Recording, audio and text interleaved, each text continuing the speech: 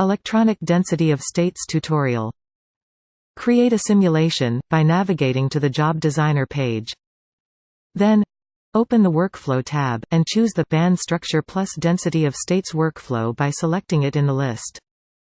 After that, navigate to Compute tab, and set Compute Configuration. Here, we use one node with 4 cores. Then, set the name for the job. Here, we call it Silicon Density of States Computation. Next, save the job.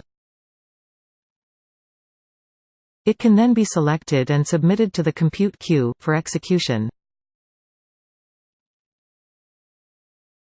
The status of the calculation will change from pre-submitted to submitted, and then to active. Please wait, until the job has finished running. When the job is finished, open it, to inspect the final results. The electronic density of states plot can be found at the bottom of the results page. This final result is in agreement with the published literature. This completes the present tutorial.